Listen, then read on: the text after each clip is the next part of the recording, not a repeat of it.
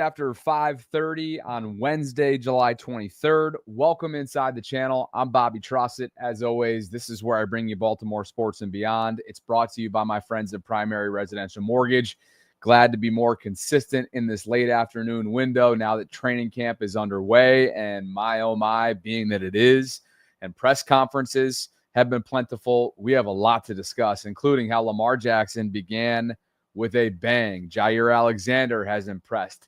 DeAndre Hopkins is flashing early. We'll have some other discussions in terms of why John Harbaugh's remarks has sort of set Twitter ablaze in a sense. We'll hear from Roquan Smith on Trenton Simpson.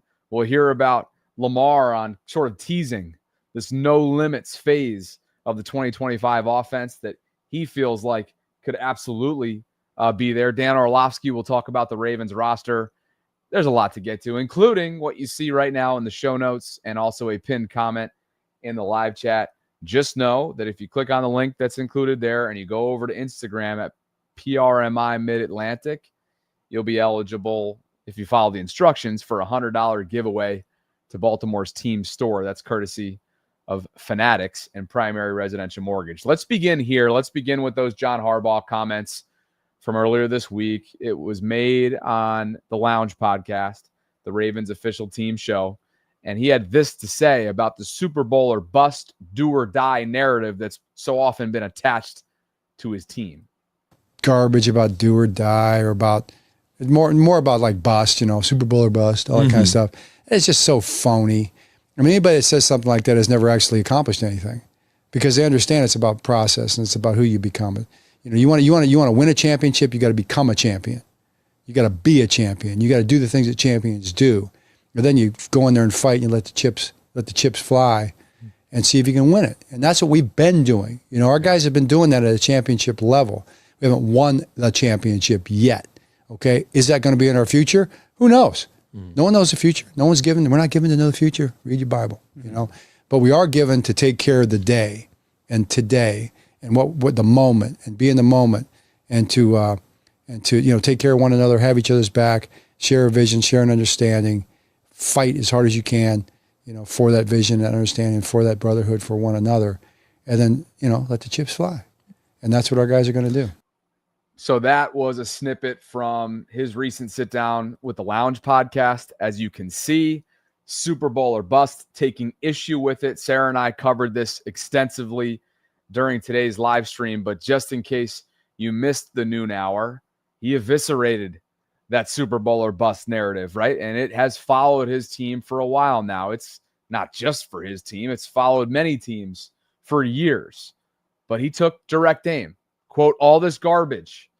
It's just so phony. Anybody that says something like that has never actually accomplished anything. Listen to the Ravens fans that were in attendance earlier today. This is a courtesy of Fox 45. Let's come to show my love, see what the boys got. Hopefully, this is our year. What's your prediction this season for the Ravens? I think they're gonna go 12-5. Yeah, I'll say that. Same. Super Bowl bust, going, no questions. Hey, the city be ready for it. We impatient now. 11-6, we lose in the wild card to the Chiefs. Oh no. I feel like this our year. We're going to get another AFC championship at the bank this year. Because the Ravens owe us from last year, 2 years ago, so we got to get it. What a shocker. Trippy always finds his way in front of a camera, doesn't he? Love that guy. And look, it's not to rip on the fans that so easily. It rolls right off the tongue, right? Super Bowl or bust, do or die. It's this or nothing. It's a waste if nothing, short of a Super Bowl. It's just sort of a trendy thing to say when it comes to following sports media coverage, talking about your team. And John Harbaugh took a stance at the same time that I totally agree with, and I have no problem with whatsoever. I think it has negative connotations written all over it. And I think it absolutely leads folks to believe, right, that, and you see this on national storylines, that this is going to be a waste and nothing else matters and Lamar will be a failure and all of these ridiculous, recycled, overused storylines. That's how I've felt about it for a long time. Now, Sarah and I had a good back and forth on it, and we disagreed, and I'm sure that'll be a conversation for another time that we delve into further. But I wanted to begin there because you got the fans' perspective on day one. You got the head coach's perspective.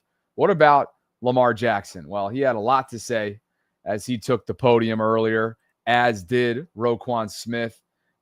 There were several others as well, as there will be throughout the week. But Lamar was asked, hey, evaluate your 2024 season, and we know what kind of numbers he put up. He said, I was all right. It could have been better. Reporter goes back and says, hey, a lot of people will look at your numbers and say, gosh, how can he get better? Do you think there's another level for you still? And he's like, I'm only 28. I'm only just getting started for real. Big time talk, lofty talk from Lamar.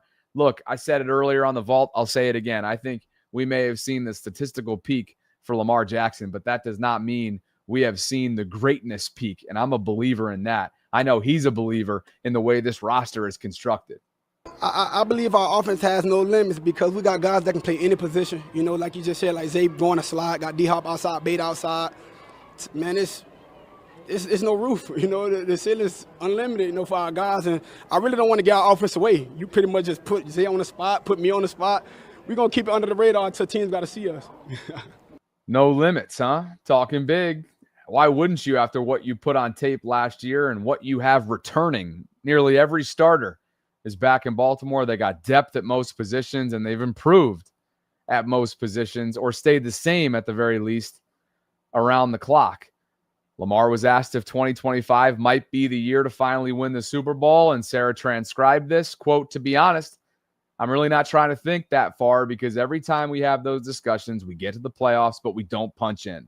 We don't finish. I'm just trying to finish camp the right way and then get ready for the Bills. I'm not trying to think about the Super Bowl yet. I think that's a well-said way of answering questions that have always followed him, seeing how on that April night back in 2018, he started it by essentially guaranteeing a Super Bowl in Baltimore, that they're going to get that out of me as he stands next to the great Deion Sanders. We all remember that moment, and we will continue to remember that moment. And this is typically the time of year that Lamar is willing to address Super Bowl-related questions. But once the, obviously, season begins, typically he does not touch it with the 10-foot pole.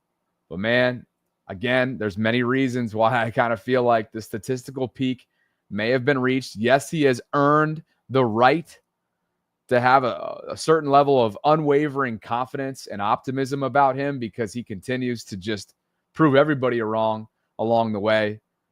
But 45 total touchdowns to 4 picks.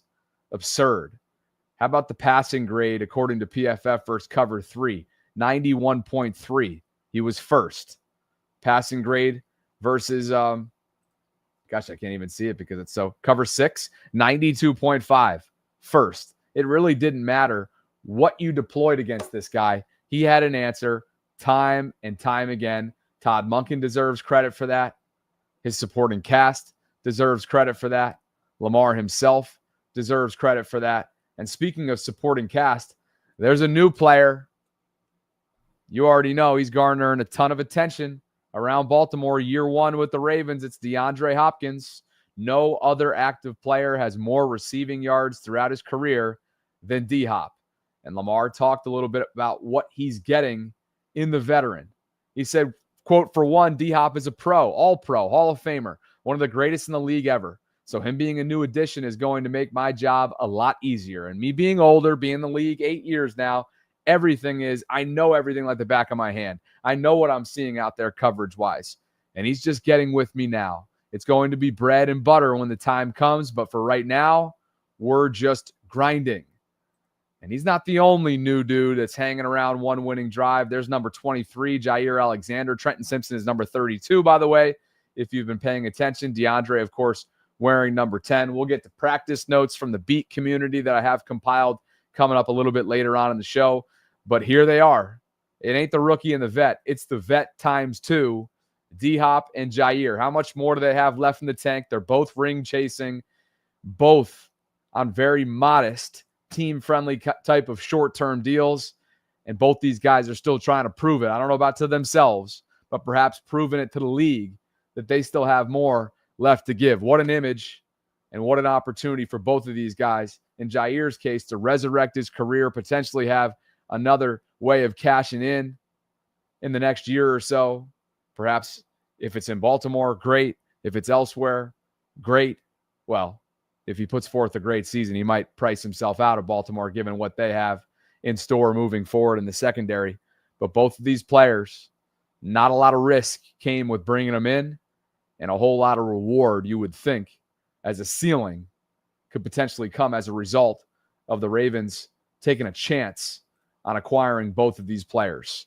More on both of them throughout the show. But first, this episode is brought to you by my friends at Primary Residential Mortgage. And you guys know the drill by now. They have been supporting this channel and have been huge advocates for this channel's growth throughout this entire process. We're going back 2 years running now. And if you're looking for a trusted and local lender to purchase your dream home, look no further. You can experience a local feel with a national footprint at Primary Residential Mortgage. They serve 49 states with over 11,000 satisfied clients in 2024 alone. And right now, to my subscribers, there's an exclusive incentive that's out there on the table for you. You can enter yourself in to win a $100 Fanatics gift card to Baltimore's team store. Okay, all you got to do is visit the show notes, click on the link that right now is a pinned comment in the live chat, and that'll bring you to the Primary Residential Mortgage Instagram page. And here's what you have to do in order to enter in. Okay, it's pretty simple. Comment on the post with the hashtag BobbyB and let them know what your dream home looks like. Follow the account. Here it is right here. PRMI Mid-Atlantic. I follow them, so you should see that pop up so you know this account is verified. Again, it's PRMI Mid-Atlantic on Instagram. Subscribe to my YouTube channel, which I'm sure most of you already do, and just scan the QR code that you see on the screen, or just click on the Google Forms link that's in the show notes below, and that's also right here attached to this Instagram post. A special thanks to PRMI for their continued support. Again, all the information can be found in the show notes. Click on the link there. Click on the link in the live chat. A winner will be announced coming up later this month. Special thanks to everybody. And as Mike is reminding you, yes, please like the video, subscribe to the channel if you haven't already done so, and hit that notification bell. And maybe consider becoming a channel member. Bobby Baltimorean options are now available to you. Channel membership is officially a thing, just like it is on the Vault. Go check it out if you haven't already done so. Dan Orlovsky talked about the Ravens roster earlier today on the Pat McAfee Show. You saying that you do think the Steelers do have a shot at the Super Bowl just then, I do appreciate that. But besides them, in the AFC, is there a world that we live in that it's not Chiefs, Ravens, or Bills? I do not see that. I think the AFC Championship game comes out of those three teams. I think the Ravens have the best roster in the AFC. This is like the third year where we said it's the year for Baltimore. And I think that Buffalo is going to be just as good as they have been, and they've got a quarterback that, is as good as anybody outside of Patrick. And then obviously the Chiefs will be an improved football team. It's specifically offensively what they were last year. Look, I think that represents and echoes quite a bit of what you've seen throughout media, whether it's ESPN's rankings. Most pundits have the Ravens either 1, 2, or 3 in terms of overall talent and the best roster. And I'm sure a lot of that has to do with the addition of the aforementioned Jair Alexander, the newest Ravens corner. They brought him in the latter half of free agency. And as Jonas Schaefer noted here, got his first seatbelt celebration of camp, did the fans that were in attendance today. He broke up a deep pass to Dayton Wade and got a big ovation from the crowd. Again, number 23 is not Trenton Simpson. That is Jair Alexander, Lamar Jackson's former teammate at Louisville. I tried to get him on a fade route with D-Hop. We was a little bit out of bounds. We was out of bounds a little, but he's still that guy. Jair's still that guy, man. Okay. He was, you would think, heavily involved in the recruiting process to bring in his former teammate. He was successful in doing so. And now Jair, should he be able to stay healthy, sure looks like he's got a darn good chance to be a great complementary piece on the opposite side of Nate Wiggins that allows you to bring Marlon Humphrey inside, frees up Kyle Hamilton, obviously, on the back end, or perhaps maybe they want to use him in a variety of different ways. And we'll see. We'll see what they have in Malachi Starks, and we'll see if they're done adding players. At some point here throughout training camp, do not be surprised if a veteran safety gets a call from Eric DeCosta's front office. John Harbaugh's first impressions of Jair. He had 2 pass breakups, according to some beat reporters on the scene earlier. And quote from Harbaugh, he had a heck of a play on the sideline. It's so important to make plays on the outside throwing lane. Games are won and lost in that area. Roquan Smith chimes in on the newest edition. Addition for us. I remember coming out of college with that guy in 2018, and guy's been playing great ball for a long time. Just to have that addition on our defense, I think is very special. And obviously, we have a loaded secondary. But it's not about paper; it's about what you do out on the field. And I know those guys know that as well. So we're excited about the opportunity to continue to keep getting better with each other, and knowing that the sky's the limit, and we just have to keep chopping away. Both players been around for a long time, Roquan and Jair, 2018 draft picks, and they are still having very successful careers. Jeff Zaribek notes a couple things here about Jair's day. It was his first practice, obviously, as we've mentioned. He had a couple pass breakups, enjoyed celebrating both of them. DeAndre made a nifty back shoulder catch on Jair, despite good coverage.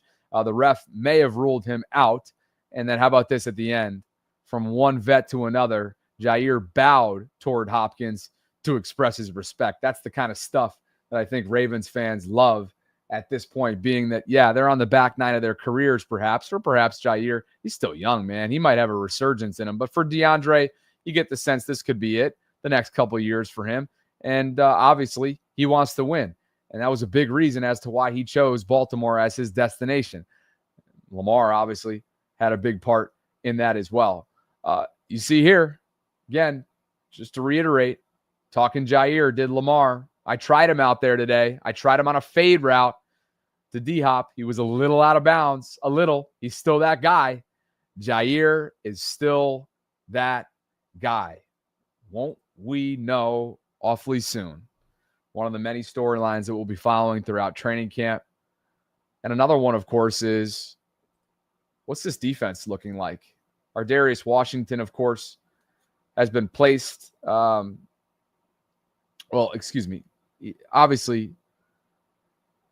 Ardarius will not be available for the foreseeable future as he repairs that torn Achilles. And so Jeff notes here, other than Emory Jones and Ardarius, okay, who are on the PUP and NFI list respectively, the only Raven he did not see practicing is inside linebacker. This is the Chris Board replacement that they brought in from LA. That's Jake Hummel. And the reason why John Harbaugh shared was because he had a cut on his hand. So it's not serious. He's getting that taken care of.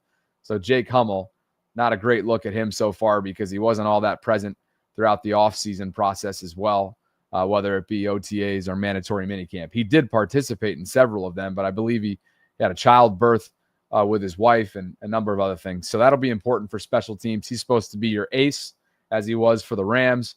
And being that Chris Board left in free agency, obviously, along with Malik Harrison, we're going to be watching the significance of that.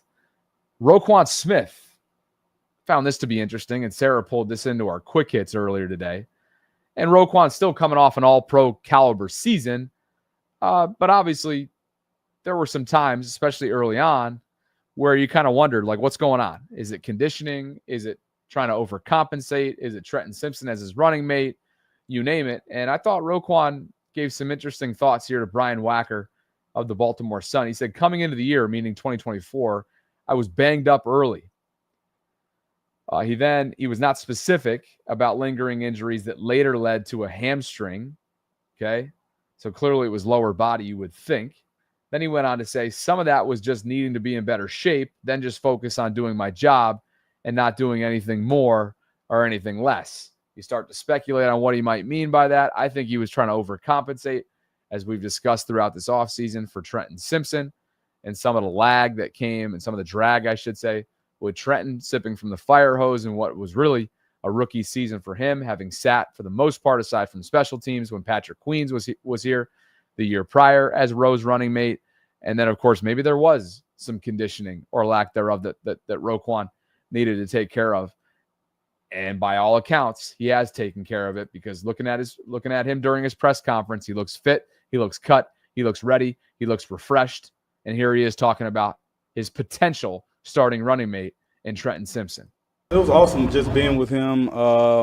Great dude, man. Like he's the type of guy you want to like marry a sister in a sense. So it's like he's that type of guy. Truly a great dude, someone who you always want there, like alongside of you, and just like getting to know him, just knowing how he roll.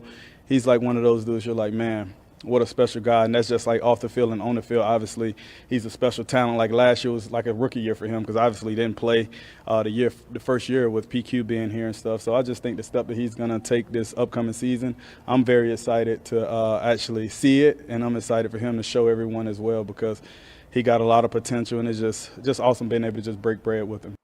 Supportive words there from Rowe. Definitely keeping it business, keeping it all business. I'm sure there were some hard conversations at times last year in terms of what may have led to Trenton's demotion. And then all of a sudden his running mate becomes a rotation between Malik Harrison on early downs, and then Chris Board typically on passing downs, and just a difficult situation to be in. And I do not envy Roquan's position from last year, but you heard him. Built up his teammate. Quote, he's the type of guy you would want to marry your sister in a sense. I just think the step that he's going to take this upcoming season, I'm very excited to actually see it, and I'm excited for him to show everyone as well. He's got a lot of potential. Roquan on Trenton. Will there be an open competition this summer between Trenton and Teddy Buchanan, the day 3 pick out of Cal? Time will tell. Sarah and I were privileged to invite Teddy onto our show, and that was exciting. And here is the quote that Roquan gave about Teddy. Quote, he's well advanced for a rookie, mentally and obviously physically, but just the way he processes things. Even throughout the springtime, I know I wouldn't as a rookie. I think it's very special, and I think he's going to be a really good player in this league. So you guys know I've been pretty high on Teddy throughout this process as we've started to learn about him. And I'll be very, very curious to see if he gets some considerable run this summer and gets a legitimate shot at beating out Trenton Simpson for the weak side linebacker starting spot alongside Roquan Smith. Other news and notes from the beat community. And these guys this time of year make it possible, right? Make it possible for us to give you coverage. And I suggest that you follow them on social media, guys like Brian Wacker from the Baltimore Sun. And he says it's early, but Lamar has had some inaccurate / sloppy throws. And Lamar confirmed himself during his post-practice podium session that this is the time to, mix and match, do a little bit of experimenting, weaving in and out, trying new things. Kickers have been perfect. We'll get into that. We have numbers on Tyler Loop. Keaton Mitchell looks fast, which is exciting. He clocked over 21 miles an hour, as he told us on our draft coverage back in April. Okay, Kyle Hamilton easily dusted and Mark Andrews' block, according to Wacker. Walker, meaning Devontae, almost made a spectacular grab on a horribly underthrown ball from Devin Leary. And, of course, I know a lot of you are pushing for Devontae Walker to start to be looked at as that sort of wide receiver 4. Time will tell whether or not that's the case. All of a sudden, it is a jam-packed room with Zay Flowers, Rashad Bateman, DeAndre Hopkins. Tylan Wallace is going to make this roster barring something unforeseen. But can Devontae Walker make a big step forward in year 2? He was inactive for the majority of the first half last year, had that awesome toe drag special touchdown against the Giants in the Meadowlands, but mostly special teams, mostly inactive. Had heard throughout times of last year that he was not NFL ready. It remains to be seen just how big of a jump that he's capable of pulling off over the next couple months, but I wish him the best. Other notes, Cordell Woodland, 105.7 The Fan, notes that Lamar's first completion, not incompletion, was a dart to Flowers over the middle and taken for a huge gain. More on Zay in just a second. Marlon had a nice pass breakup as he ripped the ball away from Anthony Miller. Anthony Miller, of course, was called up for the playoff game last year when Zay Flowers was down He's a practice squad player and a veteran wide receiver. And then back-to-back PBUs from Jalen Armour-Davis and Jair Alexander. Why do I put Jalen, a.k.a. number 5, the former 2022 fourth-round pick out of Alabama, on the screen? You already know why. The guy's barely been available throughout the course of his first few years in the league. And I got to wonder, is he viewed as a 53-man roster bubble player? Is he guaranteed to make the roster? I'm not convinced of that, especially given what they've done to the cornerback room, both through the draft and in free agency. Free agency began with Chido Awuzie, the veteran, the Tennessee release. They're going to pay him $7.5 million to suit up for Baltimore. You bring in Jair Alexander, which is the splash, not necessarily monetarily speaking, but name-wise. And then you draft a number of players. You got TJ Tampa that's coming back after really losing a good portion of his rookie season due to the sports hernia and other injuries that he dealt with. So, long story short, it's going to be tough for JAD, man. It would not surprise me if he and David Ajabo are on the outside looking in when all is said and done about a month from now, when the 53-man roster has to officially be decided on. More from Jeff, and let's get to Tyler Loop right now. In the daily kicking completion, or competition, I should say, maybe, I think is what he's probably going at. Daily kicking competition. Tyler Loop was 6 for 6. All of his attempts were from 40 and inside. Okay, so no more than 40 yards out. And this is training camp. Should be clear on that. John Harbaugh joked earlier today that he wants to invite and pay Terrell Suggs, T. Sizzle, to come back and join him to heckle kickers as he did for Justin Tucker way back when. But how about this? 6 for 6 after a really difficult OTA and mandatory minicamp. Loop went 6 for 6. He was inside 40 and inside. We're all 6, okay? John Hoyland, the undrafted rookie out of Wyoming, was 4 of 5. His miss was from 40. So they're building these two players up. It'll be something to watch as the Justin Tucker era, or I should say the post-Justin Tucker era, is officially on. And a scare that wasn't, but was at least initially, is Zay Flowers. As Jeff notes, it was an eventful day for Zay. He caught a short pass that he turned into a long touchdown to get full teamwork kick-started. Later, he appeared to turn his ankle and limped off the field. Flowers missed a few plays and returned and made several catches. He looked good. If Zay goes down this year, as he did in the postseason, this team looks a little bit different. Yes, the wide receiver room has options right now, and yes, it's the number one, if you ask me, tight end room in the league, but this thing's looking a little bit different should Zay's availability be up in the air and be in jeopardy. So they were okay with him in that do-or-die drive in the fourth quarter with Anthony Miller, and who else is out there? Steven Sims, no Bateman, no Zay. Can't have that for the full regular season slate, and particularly, obviously, in the month of January. It's just not sustainable. So, again, just an initial scare. He returned. He looked good. He and Lamar continue to have that connection and rapport, just as Lamar does with Mark Andrews as well. And obviously, Mark spoke at length yesterday during his press conference. Sarah and I covered that accordingly on the vault. In terms of this defense as a whole, Roquan Smith said it might be the most talented. He said probably the most talented defense that he's ever been on. And remember, 2023 was pretty darn talented as well. So that's notable. And the elephant in the room is, being that they started very sluggishly last year, will this pass defense look like it did weeks 10 through the rest of the way instead of the opposite, weeks 1 through 10, where it was the 32nd ranked unit, had all kinds of blown coverages and missed assignments and miscommunication on the back end.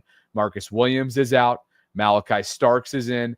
Eddie Jackson is out. Ardarius Washington is out for the foreseeable future. Eddie's no longer on this roster. He's not even on an NFL roster at the moment. I think he launched a podcast, so it would not surprise me if that's it, if that's how his NFL career comes to an end. You've got a Sanusi Kane, young gun that's trying to show that he can do more than just special teams. You've got Bo Braid that's going to be vying for a 53-man roster spot. And like I just mentioned, Malachi Starks has a big opportunity in front of him as a rookie with a lot of high leverage reps that he boasts and has under his belt during his time at Georgia. John Harbaugh recently visited the White House with his brother Jim and their families, caught a lot of flack caught a lot of flack from the media and on social media over the last couple of weeks, and he addressed it and had this exchange with a reporter earlier this afternoon. White House with your brother, obviously for the less political time in the past, Donald Trump has said, denigrating things about Baltimore, including he would want to be there. As a prominent representative of Baltimore and Maryland, how are you going to balance that? Well, how you frame that question? I would frame the question like, you got a chance to go visit with the president, man. What was that experience like? It was amazing. It was awesome. And I promise you, I root for our president. I want our president to be successful, just like I want my quarterback to be successful, and I want my team to be successful. And it was an amazing experience. It's not often you get invited and you get a chance to do something like that as a family. We were there. My daughter was there. Jim's daughters were there. My mom and dad were there. My mom and President Trump. Just seeing the how he treated her was really meaningful. And that's the 4th president. Now Jim met 7. Jim has met 7 presidents, so he's got the lead on me. I think he pointed it out. Did you guys notice that? Right, he's got 7. I got 4. So had a chance to meet President Obama twice. Incredible experience. Had a chance to meet President Biden when he was vice president in Iraq and spent a lot of time with him in Iraq, which was amazing. And then, 24, 25 years old, Jim got invited also to the White House to meet President Reagan because he was a Heisman Trophy candidate. And we got to go as a family, so I met President Reagan, have a picture in my office of that. So those are moments that I definitely cherish, and it means a lot. Look, John Harbaugh has always been consistent. He's visited the office for, and I should say the White House, for Democrat-run administrations and Republican-run administrations. And I'll just say this as I tweeted out a short while ago, okay? The reporter, if you caught it, it was very hard to hear at the beginning, referred to it and set up his question with the phrase, a divisive political time. And to me, he teed himself up just to pose a divisive question. That's what he did. John Harbaugh wasn't having it. The irony there, it certainly reeks of some irony, and Harbaugh took it in a completely different direction, and I have no problem with it whatsoever. I'm not telling you how to feel, but that's how I feel about it, and he took it in the direction with respect to the seat, with respect to the presidency, and that's what I try to do no matter who is in office. And I got to tell you, the one last thing I'll say on this topic is I think a lot of people, to be quite honest with you, I think a lot of people, the most vocal folks out there about this topic, if they were extended a personal invitation to visit the White House, okay, no matter what administration was currently in office, and they got a chance to invite their family, their parents, their siblings, their kids, they'd be the first to lay down and absolutely graciously accept that invitation the way the Harbaughs did. That would be me. I don't care if it was Biden. I don't care if it was Trump in office, Obama, Bush. We'll keep going. If I get a personal invitation to go to the White House, I'm taking it and running. And that's what John Harbaugh did. And I'm really of the belief that the most vocal people out there, if you were to get a personal invitation, would you really say no to that? I don't know. Maybe you would. Maybe you wouldn't. Those are my thoughts on that. Elsewhere, there was plenty of fanfare, as there always is, when it comes to Lamar, when it comes to D-Hop. This is courtesy of Karita Parks and Bowie TV. Here he is, all of a sudden, year 8 for Lamar Jackson has arrived, coming off an MVP caliber season. It should be MV3 that's following him as he begins another season. We know why it isn't, but there he is, making his fans' lives, I should say. And D-Hop, man, has there ever been more of a reason to get out there with veterans and future Hall of Famers and icons in a lot of ways practicing right in front of you? A full atmosphere, jam-packed between DeAndre, Lamar, and others that showed all kinds of love to the fans that made the trip out on a hot, steamy day in Baltimore. I don't think the temperature was all that bad anyway. I think it was only 80 degrees or so for approaching late July in Baltimore. That's pretty darn good. So that was that. What do you think? Should we open up the guest lines? Anybody want to talk? I don't know. Haven't done that in a minute. Let's open them up. Guest lines are officially open. Appreciate you guys for being with me. We're going through training camp and how it started with a bang among many, many topics. Were Lamar and Jair and DeAndre Hopkins taking the practice field for the very first time. Before I start opening up those lines officially, if you have anything to say, here's what I got for you first. Make sure, thanks to Primary Residential Mortgage, you consider going ahead and entering our giveaway for the $100 Fanatics gift card to Baltimore's team store that we have available to you. If you comment on this Instagram post that I have linked in the live chat and the show notes, if you comment hashtag Bobby B, you will have yourself entered in. It's a totally randomized giveaway. Follow PRMI Mid-Atlantic on Instagram right here. Again, all the instructions are in their comment section. My show notes at PRMI Mid-Atlantic on Instagram. Subscribe to this channel if you don't already.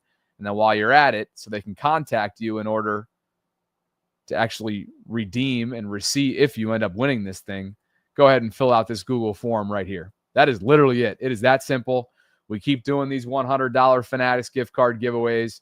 I'm thankful for them. I'm thankful for you guys. And let's open up the guest lines. Over 300 concurrents here at the moment, trying to build this channel back up after being silent for the most part over the last month. Not like it's been a lack of effort for elsewhere. We've been building the vault. We've been dropping the merch line. I would love for you guys to check out thevaultpod.com. Got to get Dre Dog something. And you already know he wants to talk about earlier today because he's always causing trouble. No, he didn't cause any trouble. I was the only one that did that today. What's going on, brother? It's been way too long. It's great to see you. Hope you're having an awesome summer. And let's begin with training camp talk. We'll get to the rest after at the end of your segment here. Yes, sir. Can you hear me all right? You know. All right, man. Yeah. So training camp exciting. I love seeing the wide receiver and DB battles. I think for a long time, the Ravens going into off seasons, wide receiver wasn't one of the strengths.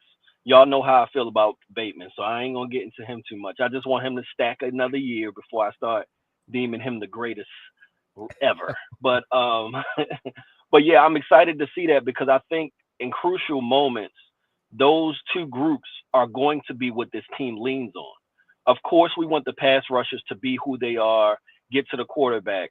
But when it's all said and done, to me, when you really look at the moments that we were so close but yet far away, was when it broke down to somebody giving up a big pass or somebody dropping a pass, and that's on players, So we got the players in there. We got the iron sharpens iron mentality once again. So I'm hoping to see that this really manifests into something great. I love it, brother. What else you got on your mind? Yeah, man. So just overall, Bobby, man, I just want to give you congratulations, bro. I'm always rooting for you. I always got. Oh, we just lost your audio. Oh, Lord, you might have lost. You're giving me my flowers and you lost your audio. How ironic is that? Okay. All right, you're back now. Right. It's back. Okay, yeah, somebody was calling me. But yeah, bro, I got hella love for you. I already know that. And you got my number too. I sent you my number on Twitter a while ago when I was trying to get you guys to remember you guys were going to do the draft day party.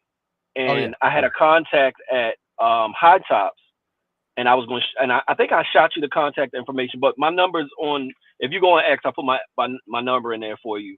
But yeah, bro, I'm proud of you, man. I'm happy for you, and just keep grinding out, bro. You're the man. I'm going into our DMs right now to see. Okay, here it is right here. I'm gonna shoot you a text later on. Yeah, it's great to have you back. Obviously, this channel, as you've seen, it's taken a little bit of a back seat this off season and really this summer in particular because of how much overhead we've been involved in, and the apparel line that's dropping, and everything that we kind of have trending right now in the upward trajectory. So appreciate you as always, man. I look forward to getting you back on a weekly basis along with Manny and all of our callers. Yeah, when you growing, bro, it be like that sometime, and you definitely growing. You going like a rocket, bro. It's crazy to think that it's been a short time, but a long time that you've accomplished this much, you and Sarah both. So yeah, man, if anybody knows anything about growing your own independent business or growing your own independent lane, it don't necessarily have to be a business. Anything that you're doing independently is going to have its ebbs and flows. So we got your back, man. But we happy to see you back on here, and we enjoying you, man. The build up is back, man. It's a good time to do it, and I'm sure we'll catch you on the noon tomorrow. It's great to see you. All right, brother. Safe travels, dude. Later. Dre Dog in the house. Good reminder too. I'm staring at his cell phone right now. I won't go ahead and add that into the live chat. Imagine that. I just throw Dre Dog's number right into the live chat. Wouldn't that be something? No, I won't do that to him. You guys check out thevaultpod.com yet? Our brand new merch line is officially available to the public. And if you go to thevaultpod.com/shop, you can access it. Here it is, between t-shirt selection, hoodies and crew necks, tank tops in a couple different editions here, both for women, unisex as well. Gosh, you name it. You got dry fit, like Under Armour type material for workout. I wore this right here. This is what I wore to my workout this morning. It was awesome. Good fit. Sweat in that sucker, I'll tell you that. The Under Armour golf polo, you already know I got a couple of those. Look at my cart right now. It says 5. I'm pretty sure it's 7. Let's refresh that. What do I have? Yeah, 7. Let's see what I got in my cart. Let's take a look. What do I have? Okay. Yes. The dry fit Under Armour t-shirt. I've got a women's tank top for somebody that I go to the my workout class with. Shout out Sue. I got a tank top for my buddy who I work out with. Shout out Pat. I'm just divvying out everybody. We got, what else we got here? This is the athletic t-shirt. Couple polos. You know, I like those white polos. I'm getting ready for Florida, man. You got to wear white and light attire down there. Beanies for the winter. If you're Lamar year-round, doesn't he wear beanies year-round? The snapback, the dad hat, more beanies, you name it. Bucket hats are brand new. I would love for you guys to wear that out to training camp and take a photo and send it to us. Tag us. Let us know how this merch sits with you. Email us at BaltimoreRavensVault@gmail.com. You got koozies that go around as well. Mugs, card magnets, stickers. It's everywhere. TheVaultPod.com / you already know, /shop. Mike M., I love it, brother. I appreciate this. 25,000 subscriptions on here, and the Vault just hit that number the other day and actually surpassed what I was doing. So I got to get my shit together. You know what that means? Channel memberships are now a thing. Can you guys let me know and test out to see? You don't have to actually do it. But can you see if there's an option to either gift give or become a channel member for right here on this channel? I would love to know, because I'm pretty sure I did what was necessary the other day, and I just want to make sure that you can actually see it on your side of things. So anyway, it's exciting times. Training camp's underway. There'll be more press conferences to get to tomorrow, and most importantly, I will be heavily involved tomorrow in a solo Thursday show. Okay, so a solo Thursday show is coming up tomorrow. Sarah will be solo on Friday. She's taking a spontaneous lake day with a really good friend of hers who's moving out of Columbus tomorrow. Or she's not leaving Columbus tomorrow, but she's moving in the coming weeks. Sarah, it's like her best friend in the area. She's taking a lake day with her tomorrow. I can't wait. I'm glad that she can. And then Sarah will be taking over on Friday, so I can go to New York for a meeting. And also, there's just a lot to do in New York on Friday, including my birthday weekend. But I'm just trying to make sure things are taken care of here at home with my parents. It's been nuts.